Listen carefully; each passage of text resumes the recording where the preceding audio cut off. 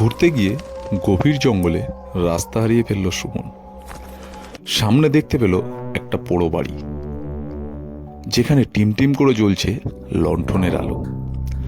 কোনো উপায় না পেয়ে বাধ্য হয়ে দরজা ঠেলে ভেতরে ঢুকলো সুমন। হঠাৎ ঢুকতেই তার চারপাশে শীতল হাওয়া বয়ে গেল।